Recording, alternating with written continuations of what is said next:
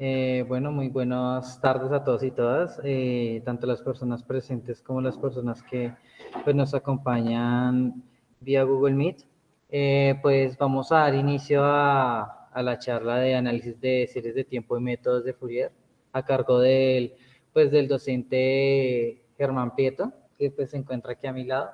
El profesor pues tiene bastante experiencia pues trabajando con grandes volúmenes de datos y pues tiene bastante conocimiento principalmente en sismología y geofísica.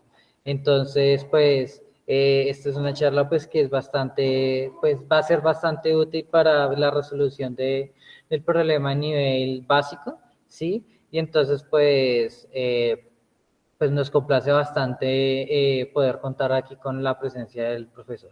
Entonces, pues muchísimas gracias, profe, si puede empezar.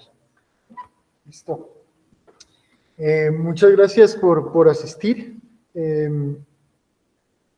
Hoy quisiera concentrarme en un poco la teoría, mostrar un poco la teoría básica, muy rápida de análisis de series de tiempo, especialmente en el dominio de la frecuencia. Y voy a mostrarles al final varios ejemplos de cómo hemos utilizado o han utilizado en la literatura estos métodos para aplicaciones en geociencias. Entonces vamos a tener varios ejemplos, pero antes de siquiera empezar a ver los ejemplos y cómo se utilizan o cómo podemos escribir algún código que pueda hacer un análisis de este tipo de señales, es importante tener muy clara la teoría y el análisis estadístico que es necesario saber, conocer, manejar para hacer un análisis de series de tiempo adecuada. Creo que simplemente recuerden que, o no recuerden, porque no necesariamente lo han visto, pero esta es una de las metodologías básicas para análisis de datos en diferentes campos de la ciencia y muchas veces lo hacemos mal. Ese es el punto que quiero resaltar, que miremos, tratemos de entender cómo funciona, cuáles son las limitaciones, para que cuando lo vayamos a hacer nosotros, pues no cometamos los errores que se han cometido muchas veces en la literatura. Entonces, al final o en algún punto de la charla llegaremos a esta figura que lo que muestra es al lado izquierdo una serie de tiempo, es simplemente un registro del movimiento de la superficie de la Tierra en un sensor en California, en alguna parte en California, no importa, y son 24 horas de datos recolectados en esa estación. Uno hoy en día puede ir a la página de IRIS y bajar estos datos, o incluso en Python puede escribir un pequeño código que recoja esos datos y baja 24 horas en un par de minutos.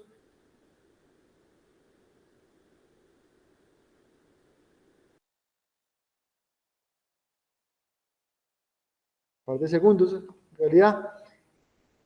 Y la idea es, con este análisis, en las 4 figuras de la derecha, es el espectro de potencias de la señal de la izquierda. La señal de la izquierda no ve mucha información, es simplemente un mundo de señal que sube y baja, parece ruido blanco, principalmente, pero cuando uno hace un análisis de Fourier, de esta señal, lo que obtiene, concéntrense en cualquiera de las 4 figuras que hay ahí, tiene una señal que tiene un pico bien a la izquierda grueso, que está asociado con la resolución del cálculo, y tiene hacia la derecha más o menos hacia una frecuencia o hacia un periodo de 7 segundos o de 14 segundos, 2 picos chiquitos, son como triangulitos chiquitos que están ahí, que representan la interacción del oleaje del agua del mar, del oleaje del mar con la litosfera. Ese oleaje, si uno surfea y se va a cualquier playa, normalmente tiene que esperar entre 12 y 14 segundos entre ola y ola, y ese es uno de esos picos que están ahí. El más chiquito es el oleaje. Cada 12 segundos, las olas, 12 o 14 segundos, las olas pegan en la costa, y eso genera una señal que sentimos en Bogotá, sentimos en Kamchatka, en donde sea en el mundo se siente ese oleaje pues con un sensor de alta calidad. Entonces, eventualmente llegaremos a esto, que por lo menos entendamos cómo llegamos a la figura a la derecha a partir de la figura a la izquierda. Pero antes de empezar, pues, vamos a algo muy básico.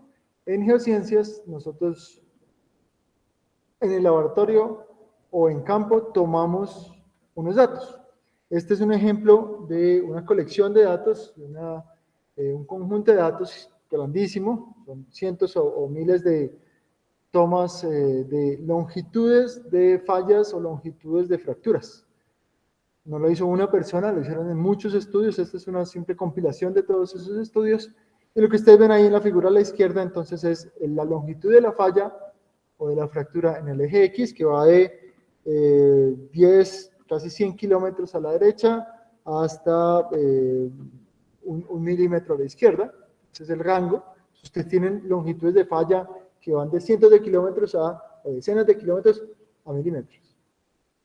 Y en el eje Y es cuántas fallas tienen esas longitudes. Entonces hay, no sé, 10 millones o 1 millón de fallas de las que se están compilando que tienen longitudes de 1 metro, y hay apenas, no sé, 1 en 100 fallas que tienen longitudes de 10 o 20 o 100 kilómetros. Entonces, ese tipo de conjunto de datos que tenemos en geociencias muchas veces, pues los podemos analizar y tratamos de estudiarlos en particular. ¿Cierto? Aquí lo que quiero resaltar es que en este ejemplo, cuando uno hace esa figura, cuando uno va a analizar estos datos en particular, en realidad no importa si coge el estudio, las fallas grandes primero y después las pequeñas, o si coge las pequeñas primero y después las grandes, o los coge al azar. El análisis en principio no debería ser muy diferente. Este es otro ejemplo. Digamos que aquí en la GeoHackathon hay decenas de participantes, y la figura a la izquierda obviamente no es real porque no tengo los datos de ustedes, pero serían las edades de los participantes en la GeoHackathon. La mayoría de ustedes van a tener, seguramente estoy descachado, 25 o menos, pero digamos 25 años en promedio, por decir algo. Y habrá algunos que tienen 28, 29, habrá otros que tendrán 21, 20, 19. Entonces la mayoría está en los 25, seguramente estoy descachado. Y por ahí habrá alguno que otro valor atípico. Profesor que está por acá va a estar mucho más a la derecha, fuera de la figura. Nuevamente aquí tenemos un conjunto de datos y queremos entender o queremos saber, podríamos estar interesados en el promedio de edades de las personas que participan en la primera GeoHackathon. Y eso lo podemos hacer. Nuevamente tenemos una colección de datos de personas, cada una tendrá su edad y tratamos de entender el promedio de las edades de los participantes. Aquí no importa si empezamos con las personas que están online o si empezamos con las personas que están en el salón. Como sea que organicemos los datos, no importa realmente para el objetivo que es entender el promedio de edades de los estudiantes o de los participantes de la GeoHackathon. Pues ahí tenemos dos conjuntos de datos, dos ejemplos, uno geológico realmente, otro simplemente de esta GeoHackathon.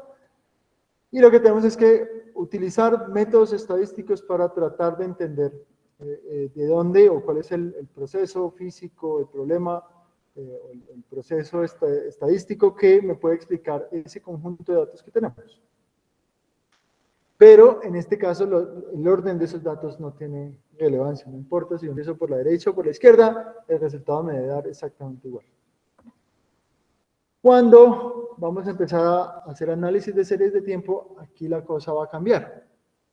Este es un subcampo de estimación estadística, muy antiguo, muy trabajado, un campo ya maduro. Es difícil sacar que haya algo realmente innovador en el tema, porque se ha trabajado por muchísimo tiempo en la literatura, y los métodos que se han desarrollado hoy en día son los que la mayoría de personas usan. Sin embargo, los seguimos, o muchos de nosotros en geociencias, seguimos utilizando métodos que ya están mandados a recoger, y es importante ser consciente de eso para no repetir los errores que se cometieron hace 50 años o antes, porque no estamos actualizándonos sobre las nuevas metodologías que se pueden utilizar para análisis de series de tiempo. En esta charla de hoy me voy a concentrar en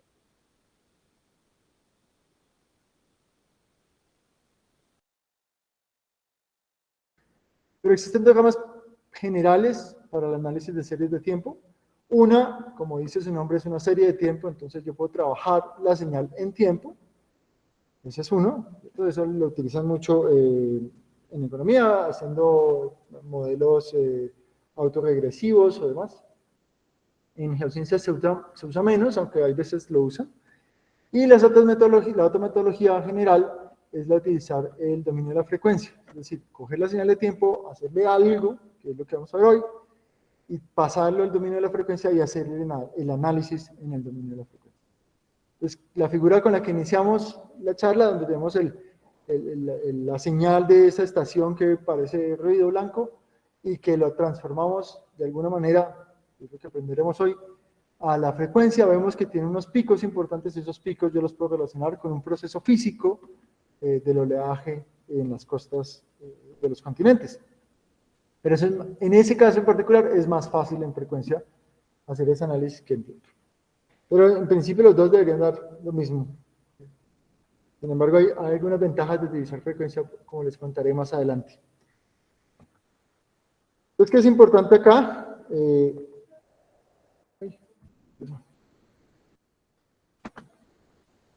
Okay. ¿Qué es importante acá? Que tengamos en cuenta un punto fundamental. Vamos a estudiar datos, como los de las fallas, longitudes de falla o las edades de los participantes de la GeoHackathon, pero estos datos están ordenados. Es decir, la posición del primero y del segundo es importante. Yo no puedo cambiarles el orden, porque entonces la señal me cambia. En la figura de abajo les estoy mostrando una señal real. Este es un terremoto 7.5 del Perú en el 2005, registrado en Norteamérica. No es importante realmente lo que muestra o hacer el detalle de qué es lo que tiene la señal. Más adelante veremos un ejemplo de este terremoto. Pero ahí lo que sí es importante es que si yo desordeno esa serie de datos, ese conjunto de datos que tengo ahí, esa secuencia, está en un orden del primer punto, el segundo punto, el tercer punto, etc. Si yo lo cambio el orden, la figura va a cambiar y el análisis va a cambiar completamente. Entonces, el orden es fundamental. Y eso, como veremos en un segundo, va a hacer que el análisis estadístico tenga que ser diferente. No voy a poder coger el histograma de las edades de los participantes o las longitudes de las fallas. No puedo utilizar el mismo método de análisis que utilizaría en los casos anteriores. Entonces, vamos a tener una secuencia, la llamamos secuencia, ese es el nombre que utilizamos, una secuencia de puntos que están ordenados en tiempo, el primero, el segundo, el tercero, etcétera. Así lo denominamos así como está en la pantalla. Y en general, aunque no es obligatorio, pero para las técnicas que voy a hablar hoy sí, los datos están muestreados uniformemente. Es decir, tomamos una muestra cada segundo, o una muestra cada metro, o una muestra cada cierta distancia o periodo de tiempo, pero siempre constante, para poder hacer varias de las cosas que queremos hacer en estos ejemplos. Volviendo a nuestro ejemplo, entonces tenemos que hacer estadística, tenemos que coger con esa serie de datos, ese conjunto de datos que tenemos más bien, tratar de informar o sacar algún tipo de conclusión acerca de esos datos. Eso es estadística. Entonces aquí, por ejemplo, cogemos ese histograma, lo que estamos haciendo en principio para entender qué es lo que está pasando, cuál es el proceso estadístico, el proceso que está detrás de las edades de los estudiantes, que seguramente es que pues, todos están en la universidad, acabaron el colegio, etcétera. Es muy poco probable que haya, o hay menos probabilidad que haya un super genio por acá que tenga 10 años y esté en la universidad. Existen, pero muy raro. Y es también raro que haya una persona de 50 años estudiando. ¿Por qué? Pues porque ya estudió y está trabajando, o simplemente pues, tiene familia y no tiene tiempo para ponerse a estudiar. Y eso no, es una conclusión, es una característica de las edades de los estudiantes universitarios. Están más o menos en un rango de edad que es predecible. Entonces queremos saber eso, queremos poder, a partir de los datos, tratar de sacar una conclusión. Entonces, ¿cómo lo hacemos? Tenemos un sombrero, que el sombrero es el proceso que queremos entender. Tenemos un sombrero y ahí metemos la mano, sacamos una muestra, una persona, le preguntamos la edad y él nos dice, yo tengo 28 años. ¿Ok? Perfecto, eso, ¿qué me dice? Pues hasta ahí nada, porque con un solo dato, pues tiene 28, pero hay otros que tienen 23, 25. El caso es que yo cada vez que meto la mano al sombrero, voy a sacar otra persona, en principio son completamente independientes, y voy a sacar varias personas con varias edades, y a partir de eso, tratar de entender qué es lo que hay detrás de las edades de los participantes. Entonces, en realidad lo que estoy haciendo es un experimento, un experimento donde tengo un sombrero con todos los participantes de la GeoHackathon. Cojo y saco 1, saco 2, saco 3, saco 4. A cada uno le pido la edad, la tengo. Cada uno de esos experimentos de sacar una persona del sombrero se llama una realización, un experimento, y a partir de muchos de ellos espero poder definir o estudiar algo que llamamos la PDF. En inglés se llama Probability Density Function, o en español la función de densidad de probabilidad. Esa es la función que me describe el proceso, cualquiera que sea, que me da las edades o la PDF de las longitudes de falla. ¿Por qué hay tantas fallas pequeñas y por qué hay tan poquitas grandes? Pues porque el proceso que las generó tiene esas características. Entonces, la PDF va a tener, en principio, la descripción de ese proceso. Entonces, lo ideal sería sacar la PDF, pero digamos que pues es una función y puede ser muy complicada. Muchas veces utilizamos valores esperados o los momentos de la PDF para describirla.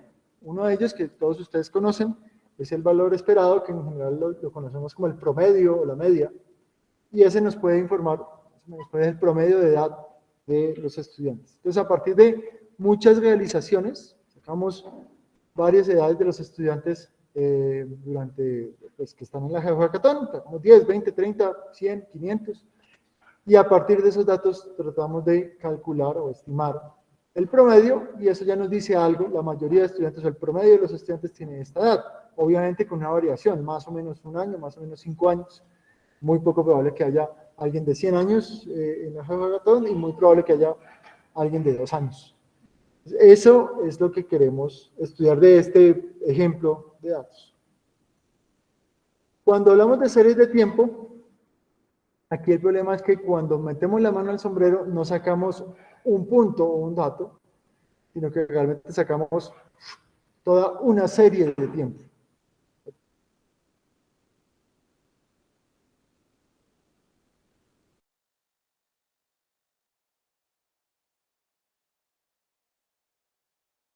Porque si queremos sacar el promedio de algo, pues necesitamos varios experimentos.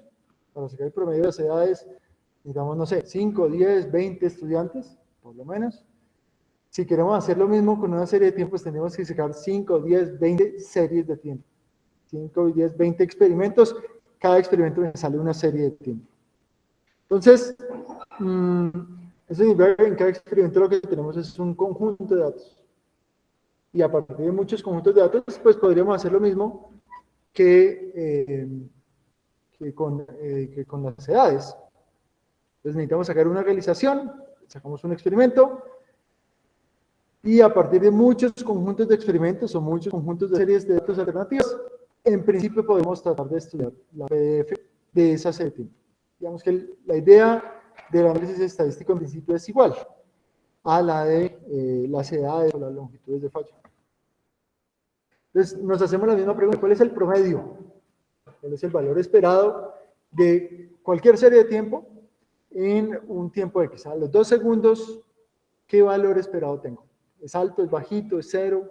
¿Cuál es el número que yo esperaría en promedio para ese conjunto de datos? Entonces, en la figura que está ahí, lo que tendríamos que hacer es hacer muchos experimentos. Ahí en la figura de abajo están 6 realizaciones de ese experimento, y si queremos saber el dato que esperamos, el valor esperado en ese punto, pues tendríamos que promediar esas 6 realizaciones y tratar de tener una buena idea de cuál sería el conjunto de datos o el dato que esperaría yo obtener.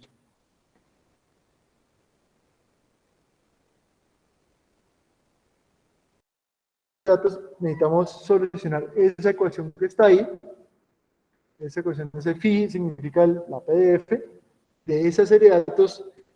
Pues esta es una PDF gaussiana, no sé si recuerdan la gaussiana, pero está bastante complicada, y miren que la X es una mayúscula en negrilla y la C es una matriz de covarianza. Entonces, necesitamos tener dos cosas importantes ahí, el valor promedio, que sería ese X barrita, y la matriz de covarianza que tiene n por n, es una matriz de n por n. Entonces, si tenemos, no sé, 50 puntos, necesitaríamos una 50 por 50 más 3 dividido 2 parámetros para poder describir la PDF completa. Cuando hacemos el mismo análisis con una gaussiana para las edades de los participantes de la GeoHackathon, necesitamos dos parámetros, el promedio y la varianza. Eso es todo. Con eso describimos la PDF de un modelo gaussiano en una dimensión. Pero aquí estamos hablando de una serie de tiempo, entonces tenemos una n dimensiones, n puntos, y eso hace que esto sea imposible de manejar. No podemos, a partir de 50 puntos, sacar, no sé, 250 parámetros o 1250 parámetros que se necesitarían para describir la PDF completa. Es imposible, es inmanejable hacer ese cálculo. Entonces, de ahí ya empezamos con un gran problema, el análisis de series de tiempo, si queremos, aún con el modelo gaussiano, que es el más sencillo, sería inmanejable, es imposible de realizar. Tenemos más dudas, más parámetros que datos.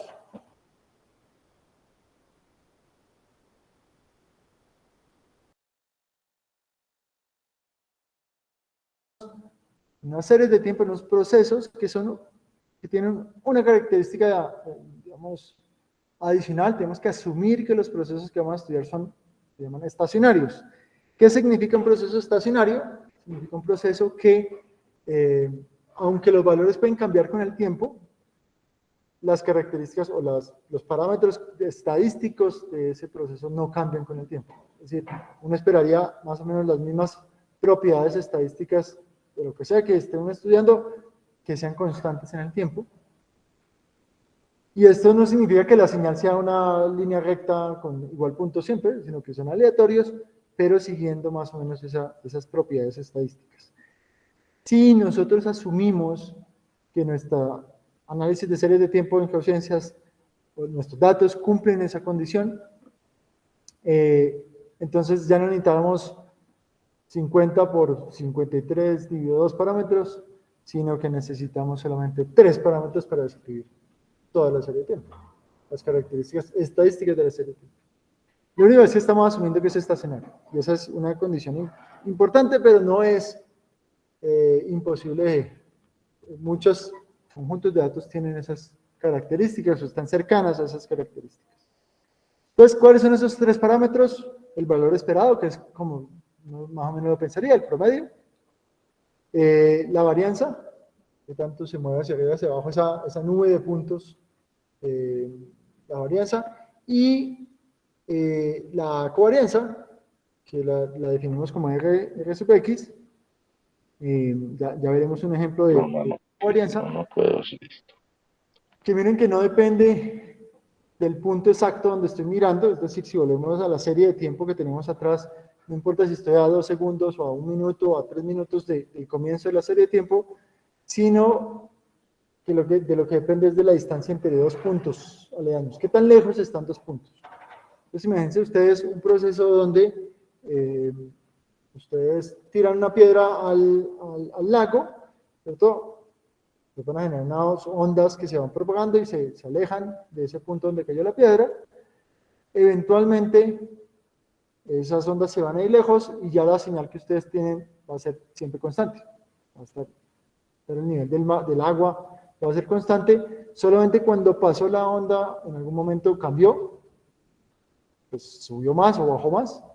Pero después de 1 minuto, o 10 minutos, o 100 minutos, pues ya realmente el proceso ya no tiene memoria. Ya se le olvidó que algún momento pasó la onda y simplemente queda como fue, pues, simplemente el nivel del agua, que varía un poquitico, pero ya no tiene memoria de ese paso de esa onda porque ustedes tiran una piedra. Entonces, esa función R sub X lo que explica es eso. ¿Qué tanto tiempo ha pasado desde un tiempo de X? ¿Qué tan fácil es predecir qué es lo que viene? En cambio, si por ejemplo ustedes tiran la piedra, miran, pasa la onda y miran 1 milisegundo después del paso de esa onda, pues ustedes todavía van a tener la superficie del agua va a seguir subiendo y bajando un poquito porque hace poquitico pasó una onda por ahí. Entonces, esta condición, tenemos que asumir que tenemos un proceso estacionario, es algo que hacemos muchísimo en ciencias en general, tanto que muchas veces le quitamos la tendencia temporal o la temporalidad, digamos, si estamos estudiando datos de, no sé, periódicos anuales, entonces le quitamos la anualidad para poder mirar el proceso estocástico estacionario. Muchas veces lo tratamos de convertir en eso. Y esas 6 series de datos que tenía ahí, les estoy mostrando en la figura a la derecha. Estos son datos inventados, pero pues, reales. Yo puedo calcular esa covarianza. Y lo que ustedes ven es que la covarianza, la negra de la figura a la derecha, es la autocovarianza. Obviamente la covarianza consigo mismo da 1, o da un número pues, de amplitud. Y después miren que rápidamente se va a 0. Y la roja es la covarianza entre la primera señal y la segunda señal, que tanto varían entre sí. ¿Qué es lo interesante ahí? Que muy rápidamente van a 0, ¿cierto? Pero si ustedes miren con cuidado, miren que la señal sube y baja un poquito, no es perfectamente 0. Lo que va subiendo y va bajando tiene una especie de sinusoidad en el comportamiento, en la roja, y tanto en la roja como en la negra. Entonces, a pesar de que uno no puede decir nada sobre cuándo va a ocurrir algo en este proceso estocástico, si uno puede saber, si sabe un dato en un punto dado, puede decir más o menos cuál debe ser el resultado en un punto más alejado, más tarde, en esa señal.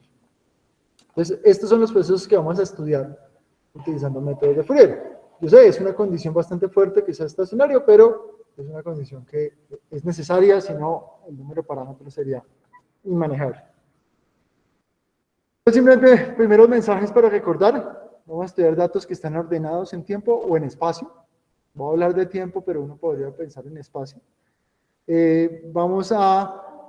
O más bien, una de las dificultades grandes que tenemos es que muchas veces tenemos un experimento. En geociencias no es... cuando estudiamos el planeta, solo tenemos un planeta y ocurre un terremoto, un deslizamiento, una tormenta, y se acaba, y ese es el único dato que tenemos. No tenemos más. No podemos repetir, no podemos decir, ay, repítelo a ver si vemos hacemos un promedio entre tormentas, porque es que solo hubo una, punto. Entonces tenemos una realización del proceso. A partir de esa única realización, es decir, saco del sombrero la edad de un estudiante y con eso tengo que hacer todo. Entonces es importante tenerlo en cuenta, y por eso la matemática que vamos a ver ahorita. Entonces tenemos que asumir, ya que solo tenemos un experimento, tenemos que asumir una condición, y esa condición es que el proceso es estacionario, para poder realmente hacer un análisis estadístico de lo que sea que estemos estudiando. Entonces vamos a entrar ya a cómo vamos a analizarlo, y vamos a utilizar la teoría de Fourier para hacer esto. Aquí cuando uno habla de Fourier discute o usa términos como dominio de la frecuencia, dominio del tiempo, número de ondas, y está hablando de datos espaciales y no temporales. Hay veces hablamos del espectro de amplitudes, espectro de potencia. Hablamos de filtros o de coherencias. Y no sé si esto les suena. ¿Lo han escuchado? Aquí en el salón. ¿Han escuchado algunos de esos términos? ¿Todos? Coherencia, por ejemplo, ese no es tan común. Entonces, vamos a tratar de tocarlos, ¿cierto? No vamos a tener tiempo de verlos todos en detalle. Pero la idea es que empecemos a reconocerlos, a aprender un poco su significado y sobre todo su aplicación. Yo no espero que aquí en una hora podamos aprender todo lo que tenga que ver con Fourier, y sabemos de espectros, y sabemos de coherencias, etcétera. No vamos a llegar a ese punto, no tenemos el tiempo, pero podemos darle un brochazo rápido a esto, y si en el futuro se encuentran o tienen que hacer un análisis de series de tiempo o de espacio, pues tengan algunas ideas de qué herramientas se podrían utilizar. Y simplemente en la figura es un ejemplo de un análisis de coherencia espacial y de frecuencias, o sea, los dos dominios combinados en un conjunto de estaciones en California, pero es solo un ejemplo para empezar. La diapositiva no sea tan aburrida. Entonces, como vamos a usar Fourier, vamos a utilizar la transformada de Fourier. Es una transformada muy famosa. Puede que nunca la hayan utilizado, pero seguramente han escuchado el término Fourier, y en particular la transformada de Fourier. Y ahí está la ecuación. Esa es una ecuación donde tenemos una integral, va de menos infinito hasta infinito, de una función de tiempo, f entre paréntesis t, es decir, una serie de tiempo, una función de tiempo, que va desde menos infinito a infinito, yo la multiplico por un exponencial, y después la integro. La integro es como sumar en el tiempo. Y me queda al final una función, f gorrito de nu, esa letra nu, en este caso la vamos a llamar frecuencia. Esa va a ser mi función resultado. ¿Qué me dice eso? No mucho, ¿cierto? A menos que ustedes hayan visto Fourier en el pasado, eso no significa nada, más una integral, pues, quién sabe qué significa. Pero piénsenlo como un mapeo lineal. Ustedes tienen un conjunto de datos en un mapa, digamos, en un planeta que es circular, casi, esférico más bien, y de repente lo mapean en un plano, en una pantallita, con ArcGIS o lo que sea, y lo ponen en una serie de puntos ahorita en plano, pero en realidad estaba en una esfera. Esto es un mapeo lineal. Puedo ir de la parte de la esfera al plano y me puedo volver. Esto es algo similar. Yo cojo algo en un dominio, le llamamos el dominio del tiempo, lo paso por esta función, por esta maquinita oscura que vamos a tratar de entender, y lo paso a otro dominio, que en este caso es el dominio de la frecuencia. Sí, aunque no necesariamente, pero ahí es importante, y lo dice ahí, es que en este ejemplo nosotros tenemos una función, una serie de tiempo, el f sub t o el f de t. Generalmente nuestros datos son reales, ¿cierto? Nosotros registramos edades, o registramos delta de oxígeno 18, o registramos aceleración, o registramos movimiento de GPS, lo que sea. Todos son datos reales.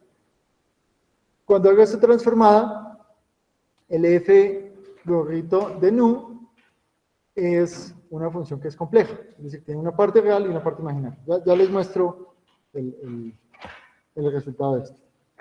Como es un mapeo lineal, yo puedo ir y volver. Es decir, la transformada de Fourier tiene una transformada inversa de Fourier, que está mostrada en la segunda ecuación de ahí, y eso nos va a servir, nos va a ayudar a entender qué es lo que estamos haciendo cuando hacemos la transformada de Fourier. Entonces miren que la ecuación 1, la de arriba y la de abajo, son igualitas, excepto por un factorcito que es una sumatoria, e a la menos 2pi o e a la más 2pi.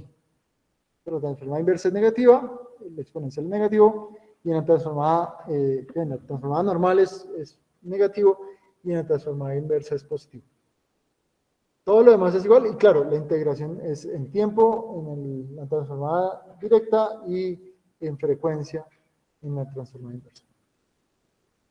Ese término que está ahí dentro de la segunda ecuación, f gorrito de nu e a la más 2pi nu t, también se puede pensar como la suma, ahí está abajito, del f de nu, es un factor, un número que es complejo, tiene una parte real y una parte imaginaria, y lo estoy multiplicando con un coseno en la parte real y con un imaginario, un seno imaginario en la parte imaginaria.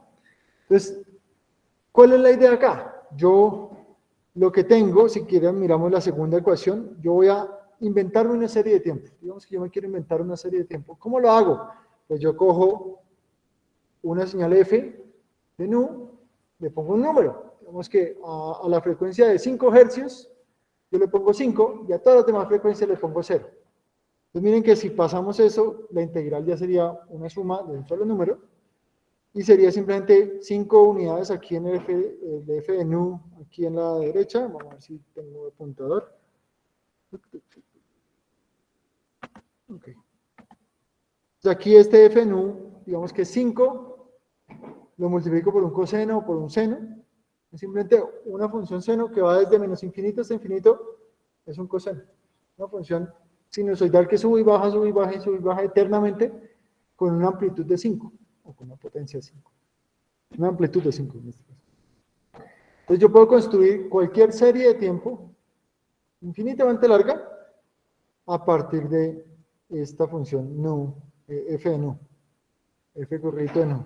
Entonces, claro, las señales de tiempo son mucho más complejas que simplemente una función seno o una función coseno.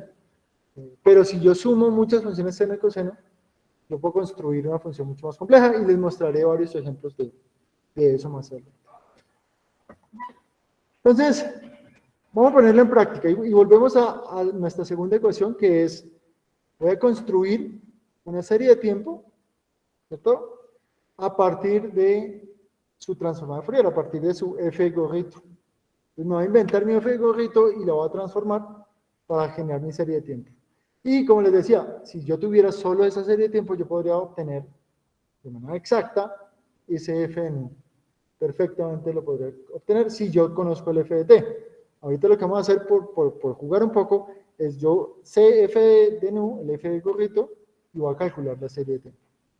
Entonces vamos a asumir que este f nu es una función gaussiana. Esta ecuacióncita aquí es simplemente una gaussiana, una función que está ahí dibujada, que es como una campana de Gauss, pero es extremadamente delgadita. Es casi como si la frecuencia solo fuera una y todas las demás fueran cero. Entonces es muy, muy pequeña.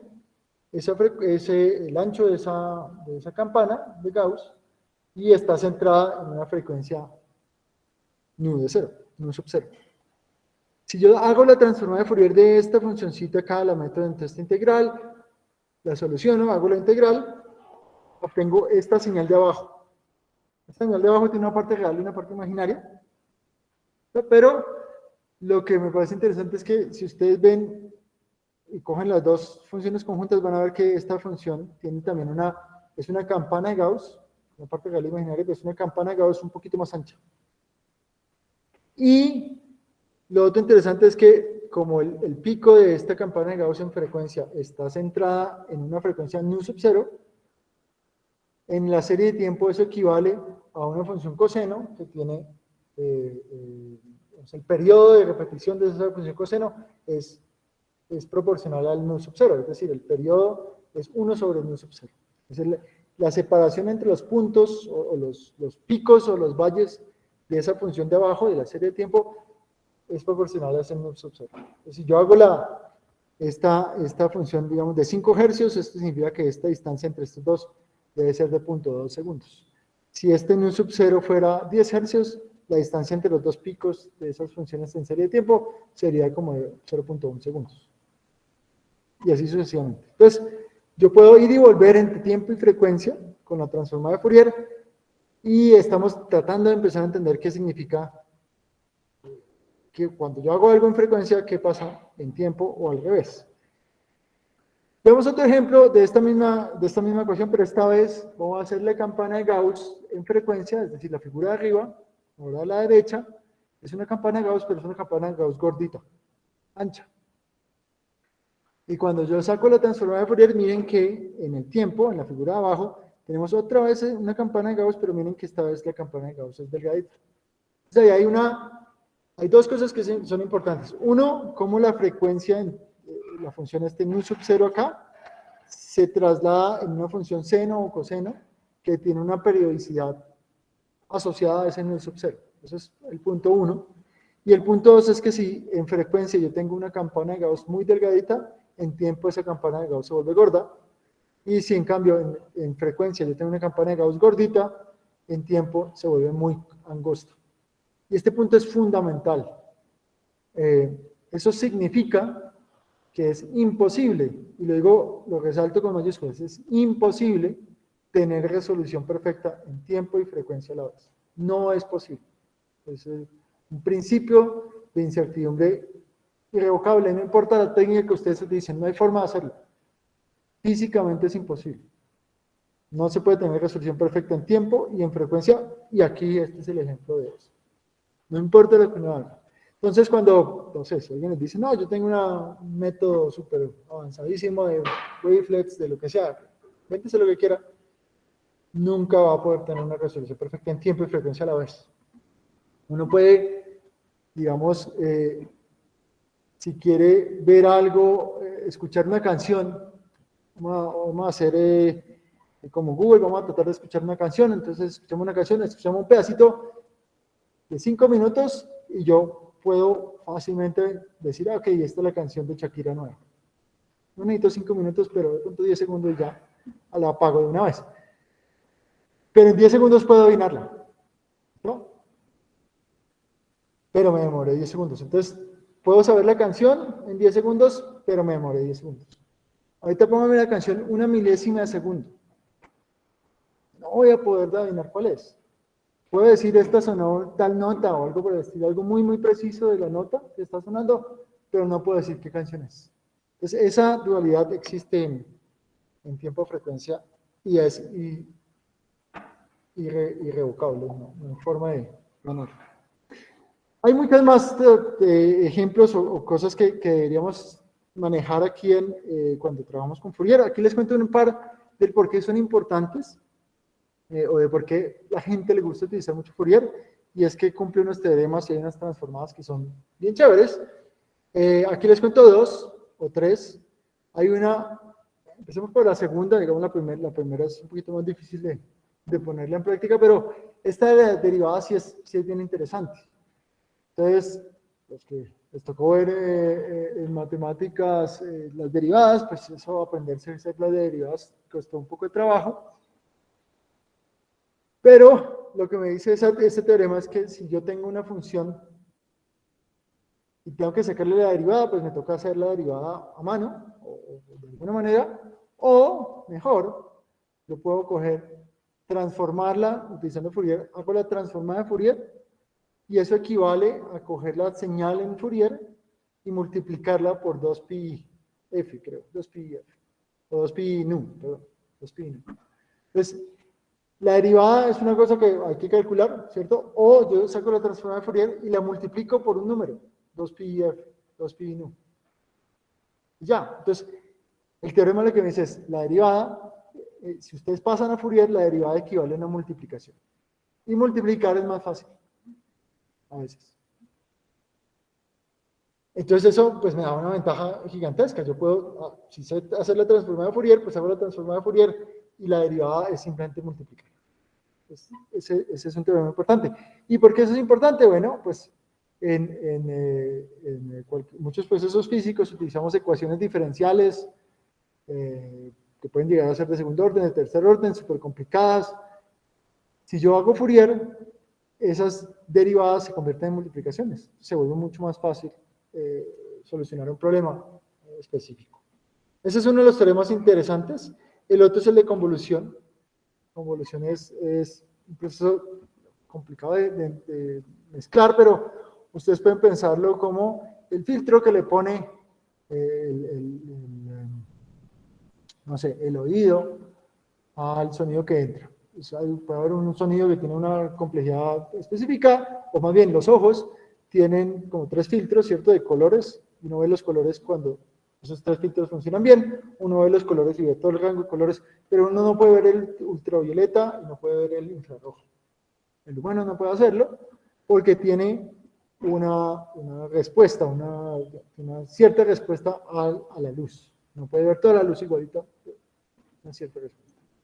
Y entonces el color que uno ve es la combinación de lo que es la luz verdadera, todo lo que está irradiando, pero filtrado o convolucionado con la respuesta o la calidad del ojo que uno tenga. Cuando uno tiene uno de esos filtros de los colores malo, entonces no ve ciertos colores porque esa convolución no, la respuesta del ojo no está bien. Entonces, el teorema de convolución dice, ustedes pueden hacer la convolución en tiempo, y la convolución en tiempo es una integral compleja, pues difícil, no compleja necesariamente, sino que hay que hacer una integral, o si lo pasan a Fourier, eso equivale otra vez a una multiplicación. Eso se llama convolución, es una multiplicación en frecuencia. Es ese proceso que puede ser complejo en un dominio, en el otro es simplemente una multiplicación. Lo mismo pasa al contrario, una convolución en un dominio, si uno saca la transformada inversa de Fourier, equivale a una multiplicación. Entonces son varias funciones interesantes o teoremas interesantes que utilizaremos más adelante, y aquí están algunos pares de transformadas de Fourier. Una que ya hicimos es que la transformada de Fourier de una gaussiana es otra vez una gaussiana. Los dos ejemplos que les mostré eran gaussianas, y eran gaussianas en tiempo y en frecuencia.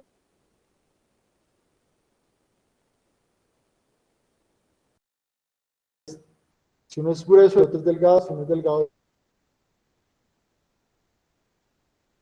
que es cuando ustedes tienen la luz apagada, la prenden y eso lo apagan, ese tiempo donde el cual está prendido, eso se llama un boxcar, como un carrito de tren, por eso se llama así, donde está 1 y fuera del carril 0. Esa función, cuando uno saca la transformada Fourier de esa función, les da una función que se llama la sinc. Sinc es una función que va cayendo así y se demora en apagarse muchísimo. Ahorita se los muestro. Y hay muchos más pares de funciones en Fourier. Aquí algunos ejemplos. Entonces, en el de arriba está la función sinc cuadrado. La transformada Fourier es una función triangular. La función Hipside, una constante en un tiempo es un pico en el otro, y así sucesivamente. Hay varios pares de funciones que uno eventualmente aprende. Cuando yo estaba haciendo mi doctorado, en el departamento donde yo pues estudié, era un departamento muy teórico y que trabajaban en Fourier muchísimo. Entonces uno tenía que demostrar este tipo de parejas de transformada de Fourier haciendo la transformada, haciendo la integral. Y uno al final pues se da cuenta que es útil, pero de pronto no hoy.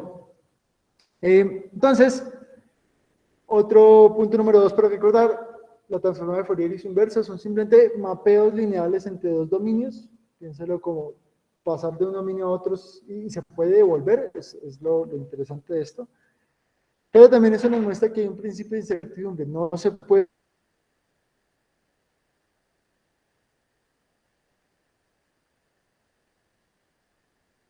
tener infinita resolución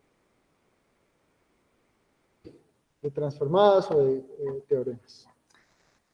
Vamos a una situación más real. En la vida real tenemos tres problemas fundamentales. Primero, es que los computadores no saben hacer integrales. Los computadores son discretos, digitales, pero discretos. No saben hacer integrales. No podemos hacer la transformada de Fourier porque el computador no sabe hacer la integral. Segundo, los datos no son continuos. Para hacer la integral tenemos una función completa, continua, no hay ningún huequito en la señal. Nuestros datos generalmente están discretizados. Nosotros tomamos un dato cada metro, cada centímetro, cada milímetro, pero nunca es perfectamente continuo. Y finalmente, los datos no son infinitamente largos. La integral era de menos infinito a infinito, y nosotros, por más que queramos, pues no tenemos un registro infinitamente largo. Entonces, no podemos utilizar todo esto que acabamos de ver, no nos sirve, porque nuestros datos no cumplen las condiciones que serían. ¿Qué queremos? Bueno, pues alguien mucho más inteligente que nosotros se inventó algo que se llama la transformada discreta de Fourier, que es aplicar ese mismo concepto, tratar de aplicarlo en señales que son discretas y que no son infinitamente largas. Se llama la transformada discreta de Fourier, y aquí están la transformada discreta de Fourier y su inversa.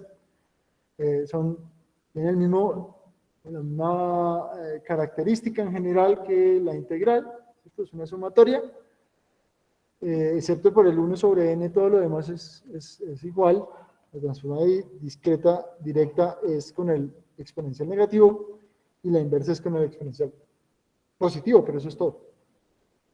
Entonces eso está bien, ok, uno lo podía poner en práctica, pero lo que quiero es mostrarles que esto no es igual a la transformada de Fourier. Le llamamos la transformada discreta de Fourier, pero ojo que no es equivalente. Entonces, una cosa importante es que esa integral que iba de menos infinito a infinito, pues ya no va de menos infinito a infinito, sino va desde menos cierto tiempo hasta más cierto tiempo, una duración, y de ahí para adelante cero. Entonces, por eso la integral la paso de menos infinito a infinito hasta menos t a t. centro pues la señal en ese punto. Lo otro que es interesante o importante es que esa transformada de Fourier que hicimos al principio era con una función, ¿cierto? Pero ahorita es con un x sub t, que es una señal que es aleatoria, pues, señal aleatoria, y que si yo le saco la transformada de Fourier, me da otra señal aleatoria. No me da el promedio, ni me da la varianza, ni me da otra señal aleatoria que tengo que, de alguna manera, entender su estadística, su valor promedio, su valor esperado, su varianza. Entonces, esta ecuación, a partir de esta ecuación de aquí arriba, tratamos de sacar una característica estadística de esa señal, que sería algo que llamamos nosotros la PSD, Power Spectral Density Function, la función de potencia espectral, que sí es una característica estadística de la señal, que está escrita aquí, es el valor esperado de esa señal en frecuencia, de esta de aquí a la izquierda, al cuadrado. Es el valor esperado de eso, que nos debe dar en promedio, si quieres llamarlo así. Y cuando hacemos esa integral, entonces tenemos que tener cuidado de estar conscientes que nuestra señal no es infinitamente larga. Entonces, como les decía, tenemos tres problemas, pero dos de ellos son importantes. Uno es que la señal es discreta, está muestrada cada segundo, cada milisegundo, cada año, y que la señal no es infinitamente larga, sino que es corta. Entonces, veamos qué pasa cuando uno hace esas transformadas de Fourier utilizando la transformada discreta de Fourier. Entonces, esta figura es una secuencia de pasos, donde la señal de arriba es si nosotros realmente tuviéramos una función. Vamos a hacer una función inventada que es 0, y en donde está el 0 ahí sube hasta 1 y después cae exponencialmente. Esa es una función exponencial decayente solamente en el lado positivo. Esa función la conozco, hago la integral, saco la transformada de Fourier y me da la señal en la derecha, que es también una función exponencial que cae al lado y lado en frecuencia. Entonces, en el lado izquierdo estamos hablando de tiempo, en el lado derecho estamos hablando de frecuencia. En la figura de arriba, esto es lo que esperaríamos siempre obtener. Yo tengo una señal de tiempo infinitamente larga y continua, yo obtengo un espectro infinitamente largo y continuo en la derecha. Pero, como les decía, la señal no es continua, sino que está discretizada. Discretizada significa que yo la voy a mirar cada segundo, o cada 10 segundos, o cada minuto, como ustedes quieran. Entonces la señal se convierte en esta de la derecha, en esta de abajo de la izquierda, perdón. Es una señal que es 0, después es 1 y después va cayendo, pero va cayendo punto a punto. Entre los puntos no hay nada. Cuando yo hago eso, miren que esto es simplemente multiplicar la señal continua con una señal que es 1, 0, 0, 0, 0, 1, 0, 0, 0, 1, y así sucesivamente.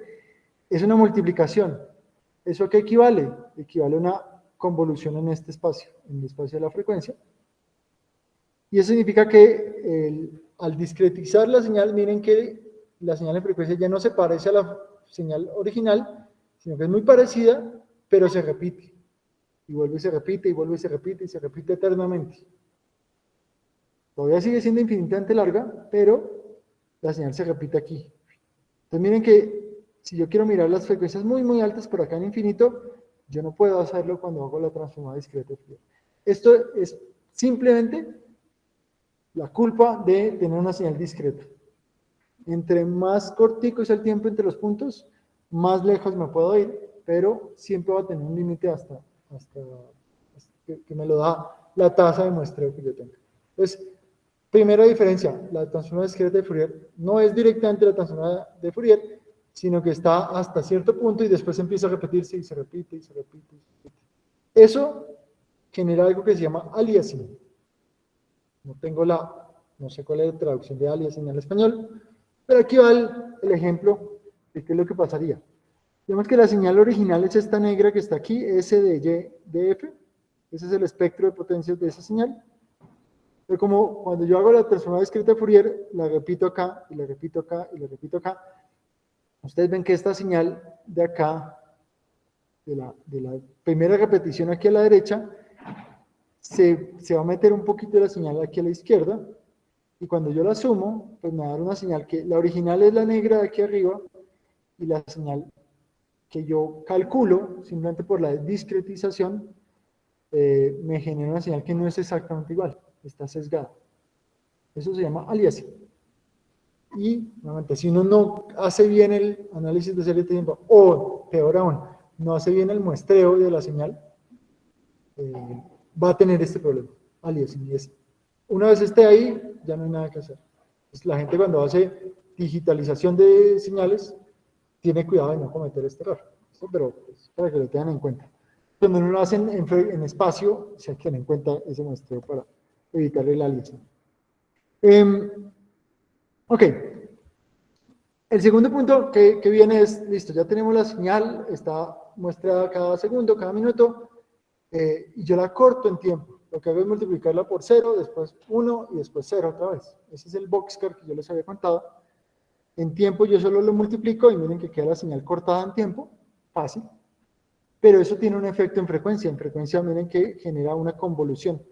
Entonces, esta señal que estaba así, la estoy convolucionando, revolviendo, digamos, con esta función sync, y me da una nueva señal, que ahí no se nota la diferencia, pero cuando uno hace el cálculo, sí lo va a hacer. Este es un ejemplo de una serie de tiempo, es el registro de campo magnético total, tomado en el MaxSat, en un satélite en los 70s y 80s, son como 4 órbitas de ese satélite tomando el campo magnético de la Tierra. Y ahí ustedes ven, pues, la señal sube y baja, es como una especie de sinusoide. En la figura a la derecha tengo el espectro de potencias calculado, utilizando la transformada de Fourier así, directo. Transformada de Fourier discreta, elevar al cuadrado y ya. Bueno, me da una señal, tiene un pico por acá, que seguramente está asociado a esta frecuencia dominante de acá. Y después cae y tiene una amplitud, no sé, 2 o 3 órdenes de magnitud más pequeña.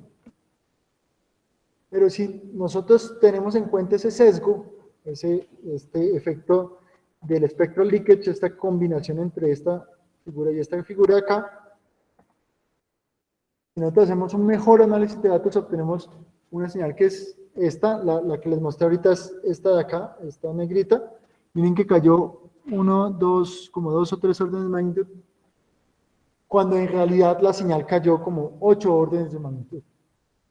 Simplemente el sesgo que le estamos metiendo, que se llama spectral leakage, es tan fuerte que mi cálculo está completamente errado. Es correcto acá en esta frecuencia acá, pero es completamente errado en altas frecuencias, en altos números de onda. Entonces hay que tener cuidado y hacer el análisis de series de tiempo bien, porque uno comete errores. Este es otro ejemplo donde tenemos el espectro de un terremoto, tiene una característica que es plano en una frecuencia y después cae rápidamente. Si uno hace el análisis sin tener cuidado por ese spectral leakage, la señal va a ser esta azul cuando en realidad es la roja.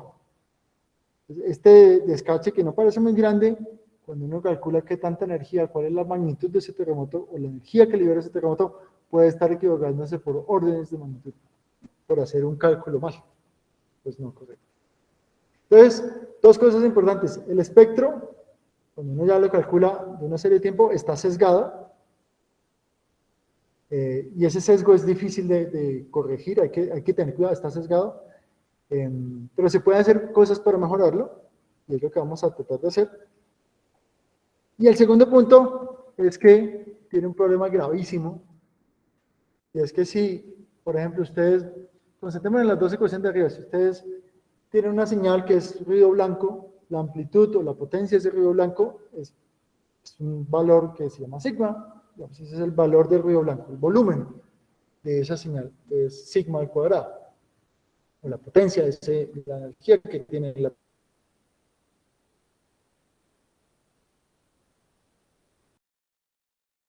potencia de esa señal es sigma al cuadrado. Estimación, es un valor estimado. Entonces tiene una incertidumbre, tiene una varianza. La varianza de ese estimador es igual a sigma a la 4. O sea, más o menos ustedes están diciendo, el volumen de esta señal, de este ruido blanco es 10, más o menos 10. No están diciendo nada. La varianza del estimador es gigantesca. Entonces no es útil en realidad. Tenemos que hacer algo para que sea útil y lo que tenemos que hacer es reducir esa varianza. La única forma de reducir la varianza es promediando. ¿Cómo promediamos si solo tenemos un experimento? Resulta que esas transformadas de Fourier, la transformada discreta de Fourier, tiene la característica que yo puedo promediar puntos aledaños y así reducir la varianza. Yo hago el promedio entre un punto y el de al lado, y el de al lado, y el de al lado, cojo esos 4 puntos, los promedio, tengo un estimador y la varianza se me reduce significativamente. Esto fue lo que hicimos acá, perdón, acá en esta figura de la derecha, donde tenemos los puntos individuales y la línea negrita le hicimos un promedio entre 11 puntos aledaños para que fuera mucho menos ruidosa la señal, que tuviera una varianza que fuera más razonable. Entonces, tenemos que promediar de alguna manera. Una forma es promediar puntos aledaños y otra manera es utilizar otras técnicas que les mostraré algunos ejemplos de su uso, no cómo funcionan, pero sí de su uso. Mensaje para figurar número 3. La transformada de Fourier es una herramienta muy útil, pero en la práctica, para análisis de datos geológicos, geofísicos, en general, datos reales que están digitalizados, no es igual.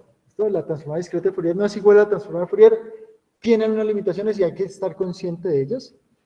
Es importante para reducir ese sesgo que les había contado, utilizar un taper siempre. Y finalmente, si queremos reducir la varianza hay que promediar. Hay dos posibilidades, promediar puntos aledaños o utilizar el método multiventanas o multitaper que promedia en ventanas ortogonales, que no es el punto ahorita de hablar de cómo se hace.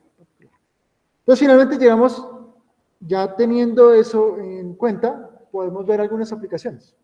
Voy a pasar rápidamente por estas aplicaciones para que veamos qué podemos hacer. Este es un ejemplo de unos datos de batimetría. Este es un mapa que muestra la batimetría, la altura del fondo del mar, si quieren, cerca de una dorsal en el Pacífico. Ustedes pueden ver que la estructura no es monótona ni nada por el estilo, es bastante compleja y tiene unos montículos interesantes, tiene las especies de estrías asociadas a la dorsal, los Graben y Horst, y tiene también la estructura de las fallas transformantes, de los límites de placa transformantes, de transformación, que tiene una estructura diferente a las de las dorsales. ¿Qué es lo que queremos saber aquí? Bueno, cuál es la característica de la topografía de la batimetría del fondo oceánico, y eso lo podemos utilizar, pues, analizar utilizando Fourier. Esta es la transformada de Fourier, o el espectro de potencias de esas batimetrías en esos 4 perfiles que les mostré ahí. Todos son muy similares, y lo que me dice es que no hay una frecuencia dominante, como si la hay en otros casos. Aquí no hay una frecuencia dominante, el comportamiento es fractal o casi fractal. Si ustedes miran este mapa con este zoom que les tengo acá, se ve que tiene un montículo grandecito y los otros más chiquitos por ahí. Pero si ustedes hicieran zoom en esta partecita por acá, también verían la misma estructura, simplemente más cerca, o en pequeña escala. Y si hacen zoom, sigue siendo el comportamiento es fractal de la batimetría del fondo oceánico. Dale. Cada perfil sería un experimento, digamos que sí, ahí cada perfil sería un experimento. Pero pues, si miramos el perfil E, ahí estoy pasando por los límites de placas transformantes, ahí no debería combinarlo con los otros. Sin embargo, está por ahí, es un poquito diferente, pero sigue teniendo ese comportamiento fractal que tenemos. Este es otro conjunto de datos también en oceanografía, donde lo que muestra el mapa ahí es la ubicación de puntos de registro. En los océanos tenemos algunos flotadores que dejamos, unos drifters, que los colocamos, ellos registran el movimiento de la superficie del agua a cierta profundidad, pero más o menos el cambio de presión, y ellos se mueven con las corrientes, viajan por donde sea y finalmente son recuperados en alguna otra parte. Entonces pueden pasar meses, años viajando en el océano y finalmente registran los datos y los comparten, digamos, por satélite. Entonces estos son los puntos donde hay más o menos registros, lo más naranjas que tiene más registros, lo más grises que tiene pocos registros o ninguno. Y este es el ejemplo de las series de tiempo que tenemos. Este es un drifter en particular y este es el viaje que hizo. Miren que hace como unos pequeños loopsitos chistosos que tiene. Pero está viajando por lo menos en estos tiempos, en estos 25 días o algo por el estilo, viajó en un cajoncito de 1 grado, porque hay bastante tiempo, la verdad. Y estos son los registros del movimiento de la superficie del agua al mar para ese sensor en particular. ¿So? Entonces, cuando hacemos el análisis de Fourier de estos datos, obtenemos la figura a la izquierda que me muestra los picos de las frecuencias. Uno de esos picos está asociado al movimiento global del mar y el otro pico está asociado a la variación aleatoria, digámoslo así, del comportamiento de la superficie del agua del mar, que está asociada a varios procesos dinámicos de los océanos. Entonces lo que queremos es ver estas frecuencias que tanto cambian entre un punto y otro. A partir de eso podemos calcular energías, casi, ¿cómo se llama? Bueno, energías no asociadas a los procesos globales grandes, sino más bien energías asociadas a procesos más locales. Y esta es la figurita que muestra eso, y digamos que no es el objetivo en particular ver el detalle, pero sí se alcanza a ver, o sea, en el artículo trabajamos mirando el detalle de algunas características del comportamiento de esas frecuencias. Pues ustedes pueden ver aquí la corriente de Humboldt, de las corrientes del Golfo, o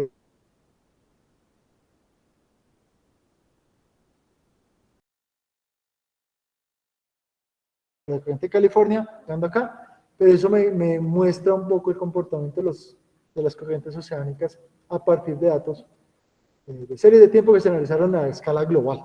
Estos son cantidades de datos a nivel global que trabajamos hace ya bastante tiempo. Este es otro registro, esta es una aplicación geológica. Estos son registros de un pozo de un lago en Canadá, si no me equivoco, donde miramos el oxígeno 18, el delta de oxígeno 18 en los últimos 800.000 años. Y la idea ahí es ver cómo el delta de oxígeno 18 es un proxy de temperatura global, y vemos entonces que hay un ascenso y descenso de la temperatura global o del oxígeno 18, que vamos a ver, bueno, ¿qué características tiene? ¿Está asociado, por ejemplo, a los ciclos de Milankovitch, esos que son cada 20.000, 40.000 y 100.000 años, o son completamente aleatorios? ¿Qué podemos decir de esta señal de tiempo? Esta señal de tiempo tiene poquitos puntos, tiene 800.000 años, pero pues nuestro registro geológico es cada 40.000 o cada 4.000 o cada algo así años, ya que es en un lago y tiene una tasa de precipitación lenta, pero constante. Entonces tenemos un buen registro, y la pregunta es si hay evidencia de los ciclos de Milankovitch. Sacamos la transformada de Fourier, o bueno, sacamos el espectro de potencias a partir de la transformada de Fourier discreta, y esto es lo que obtenemos. Es una señal, la señal negrita, y sus barras de error representan el nivel de confianza que tenemos en ese registro, pero no se ven picos muy claros. Entonces, significa que Milankovitch no está ahí. Y aunque no voy a explicarlo, efectivamente la señal está ahí, solo que como la señal es tan cortica, no es muy fácil extraer esa información. Entonces aquí, dale. Porque, claro, el muestreo de datos geológicos no es tan densa como uno quisiera. Pues porque la tasa de sedimentación es alguna, entonces uno pierde datos en el espacio, en tiempo. Entonces, aquí no voy a explicar exactamente cómo, pero utilizamos métodos estadísticos más avanzados para evaluar la probabilidad de que haya picos en frecuencia importantes, y en particular los ciclos de Milankovitch.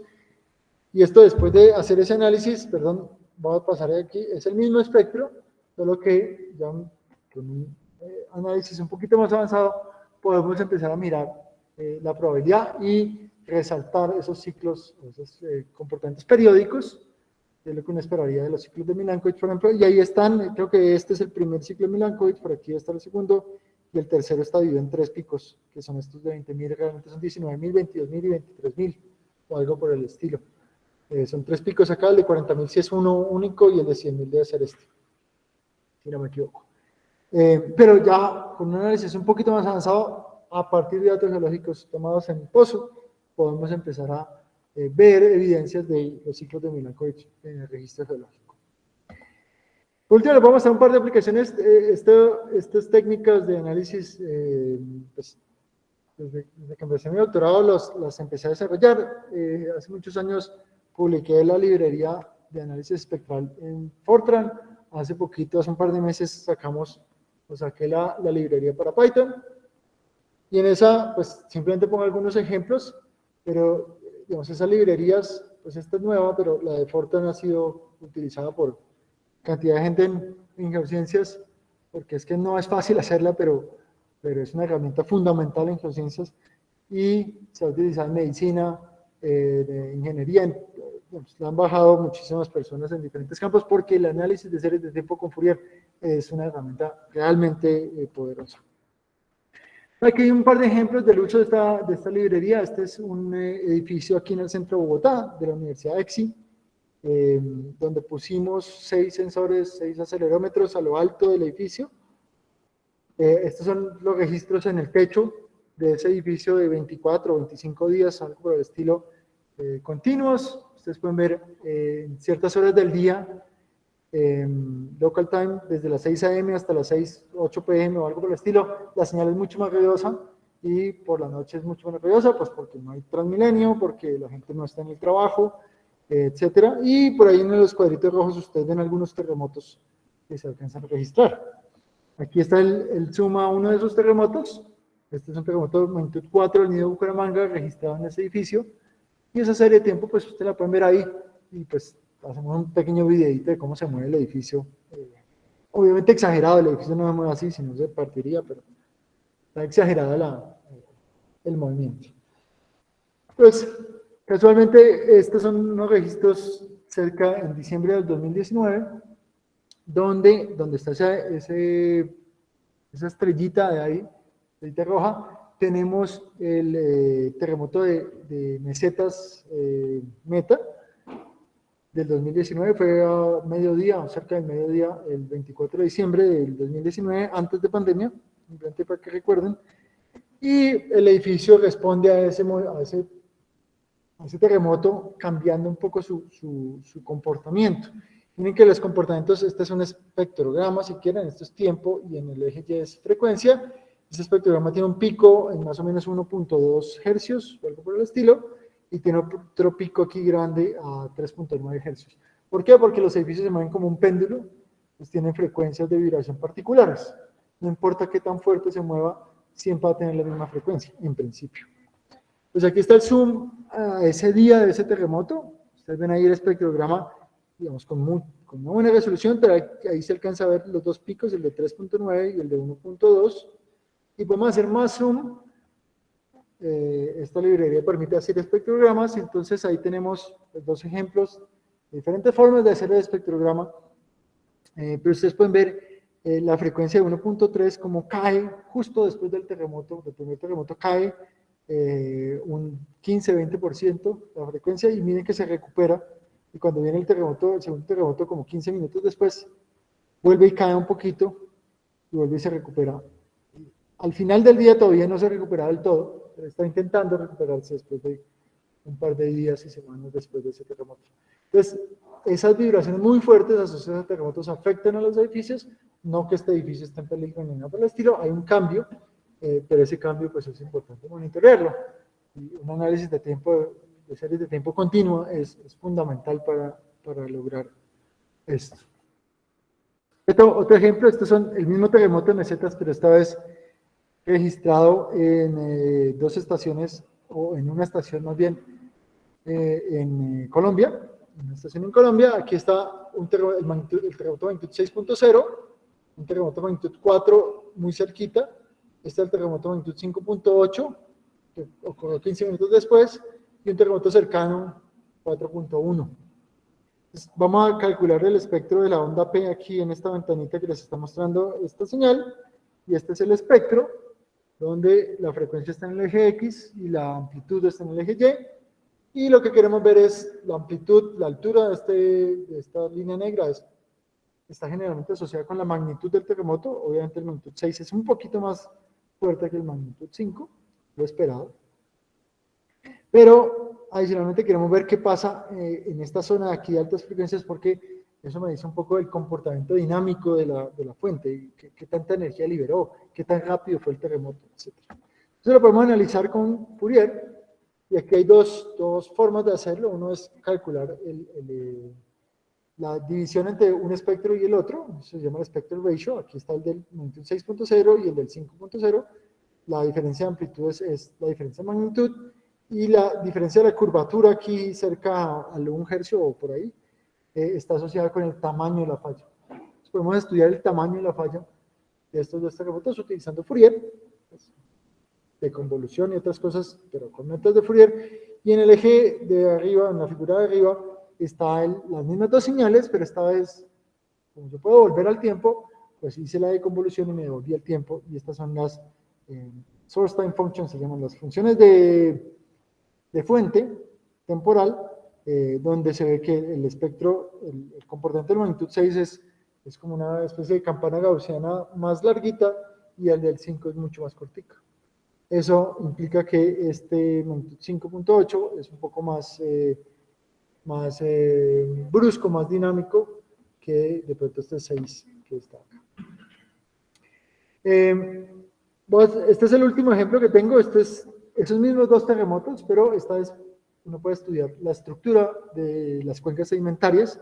Estas dos estaciones, BMM11 y BMM07, son dos estaciones que están en el Valle Medio del Magdalena, como su nombre lo dice, y registraron efectivamente esos dos terremotos. Este es el magnitud 6.0 y este de aquí a la derecha es el magnitud 5.8. ¿Qué queremos ver? Queremos ver qué tan diferentes es la geología por debajo de cada una de esas estaciones. Entonces lo podemos hacer mirando, pues mirando las ondas, cómo se propagan, etcétera, pues eso es complicado, o mirando qué tan diferentes son. Como es el mismo terremoto y las dos estaciones están muy cerca, qué tan diferentes son las ondas de cada uno de ellos, y qué me dicen acerca de la estructura o la geología por debajo de las estaciones. Miren que a simple ojo no es muy fácil ver alguna diferencia sustancial, pero cuando hacemos la comparación, y esto se llama coherencia, esta es una coherencia dos-dimensional, de dos dimensiones en frecuencia, pero la coherencia me muestra que cuando miramos antes del terremoto, pues hay unas diferencias pequeñas entre las dos señales, pero no son muy fuertes. Pero cuando miramos justo después del terremoto grande, esta segunda ventana que está acá, de color gris, vemos que esa señal es muy parecida en esta zona, pero que la zona negra no va por la diagonal principal, sino que se desvía un poco de la diagonal principal. Eso significa o equivale a que en una de las estaciones la cuenca sedimentaria es más lenta o más profunda, y hace que haya una dispersión que la otra no ve. Entonces hay una diferencia, más bien, las dos ven dispersión, pero son dispersiones diferentes. Y eso entonces dice, o nos está diciendo, que estas dos estaciones están en cuencas sedimentarias diferentes, pues, que tienen alguna diferencia en su geología, y pues la idea es estudiar qué es. Estas técnicas de análisis de series de tiempo me permiten, utilizando unas señales que son muy complejas, de pronto estudiarlas en un espacio, en un dominio que sea más manejable, o que me pueda expresar algunas características que yo quiera resaltar. Creo que quiero terminar ahí. Tenemos muchos más ejemplos de este análisis, pero ya se va un poco del tiempo que queremos dedicar a esto. Pues muchísimas gracias a los que están en línea, y si hay alguna pregunta, con gusto. Espero que les haya sido útil por lo menos esta visión rápida de métodos de Fourier. Muchas gracias.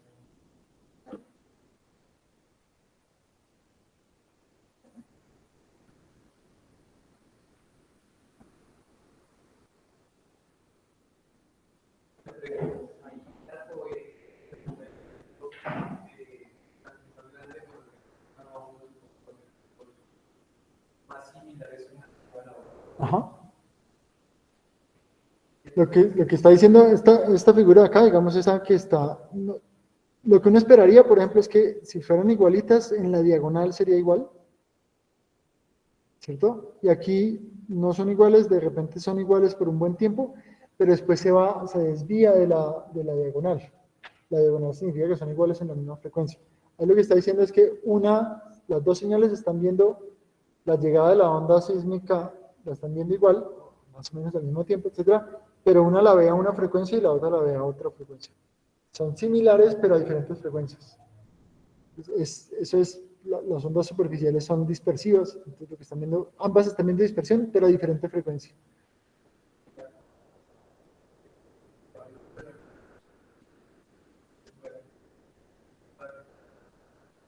Sí, un mapa de velocidades de pronto, más que de atenuaciones, sería de velocidades de los primeros 500 metros o 1 kilómetro.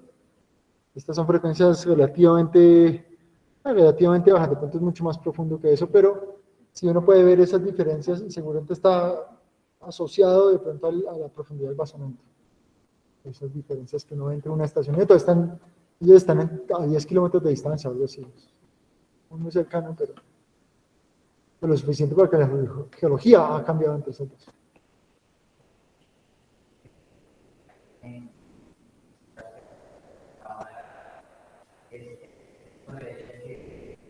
Una está alineada con respecto a la diagonal y la otra está.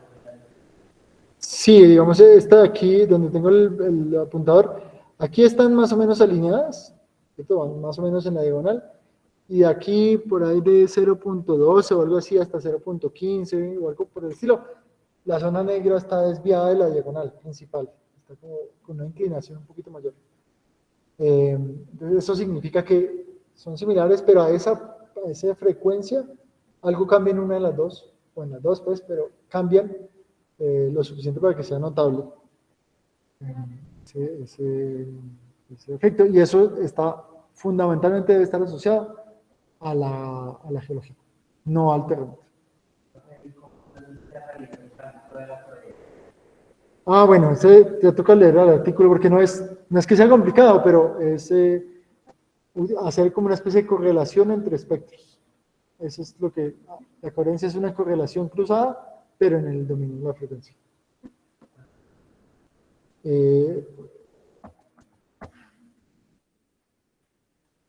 Este aquí tiene ¿dónde está? Este aquí tiene el código que lo hace. Pero si van a las referencias de ahí está el otro artículo que es de antes, 2009, si no me equivoco, muestra cómo se hace el cálculo, digamos, numéricamente.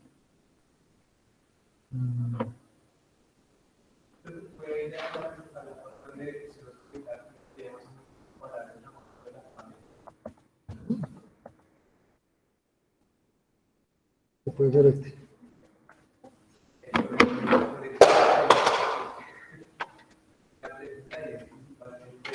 posible saber el tamaño o es posible comparar cuál es más grande? Ahí se puede hacer ambas cosas. En general el tamaño depende de un modelo, es decir, uno asume que la falla es circular o cuadrada o alguna cosa y ahí uno puede determinar el tamaño.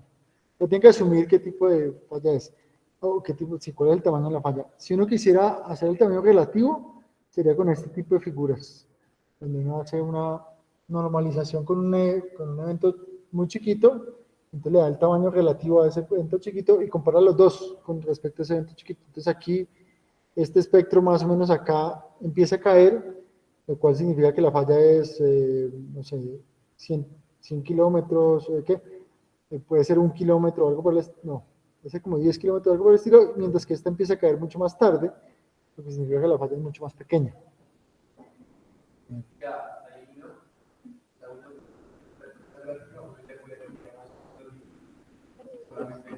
Claro, tiene que tener un modelo para decirle cuántos metros son, porque esto está en frecuencia. Tienen que trasladarlo a velocidad de ruptura, que tan rápido crece una falla, etcétera, y llega hasta un cierto tamaño que es proporcional al espectro de potencias. Yo les mostré, por acá atrás, les mostré. Este es el modelo que uno podría utilizar. Eso que estoy mostrando ahí en datos reales, este es un modelo teórico. Cuando empieza a caer, esta caída de acá sigue esta ecuación. Esta ecuación en la que uno trata de ajustar a esos datos. Y esta ecuación, esa frecuencia de esquina, es proporcional al tamaño de la falla. Entonces, si ven esa forma que tiene ahí, Eso es lo que yo comparo con estos espectros. Es plano y después cae. Es plano y después cae. Esa es la comparación que tenemos que hacer. O sea, uno, digamos, desde el principio, o sea, hace la conexión.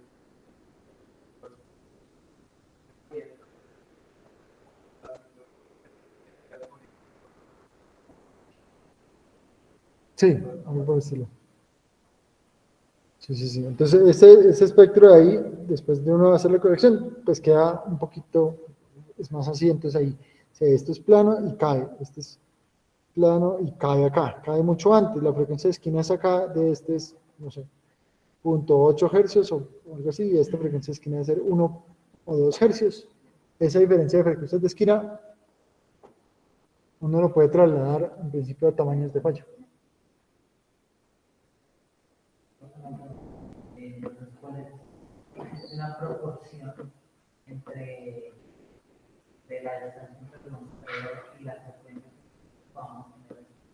Sí, la distancia, el muestreo me da una frecuencia máxima que yo puedo observar, se llama la frecuencia de Nyquist. Entonces, si yo muestreo cada segundo, yo solo puedo observar hasta 0.5 hercios. Si mi frecuencia de muestreo es cada 0.5 segundos, entonces mi frecuencia de Nyquist es 2 hercios. Sí, así, Pero eso no depende entonces de la cantidad de muestras y aparte también. No, la frecuencia de Nyquist solo depende de la tasa de muestreo. La longitud me dice qué tan abajo la frecuencia y qué tan seguida es mi muestreo en frecuencia, utilizando la transformada Fourier, la discreta. Entonces, me da la tasa de muestreo, pero en frecuencia, la longitud. Entre más larga, más densa es mi resolución en tiempo. Tanto que si fuera infinitamente larga, mi resolución en frecuencia sería infinita. Ya que para la máxima está por el Un medio del delta T. medio de la. Ese es Nyquist. Un medio del delta T, sí.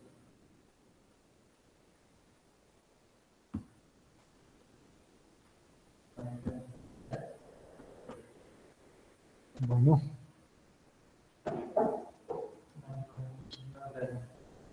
Listo, listo. Ay, cometí un error. ¿Qué hice? Bueno. Listo, gracias.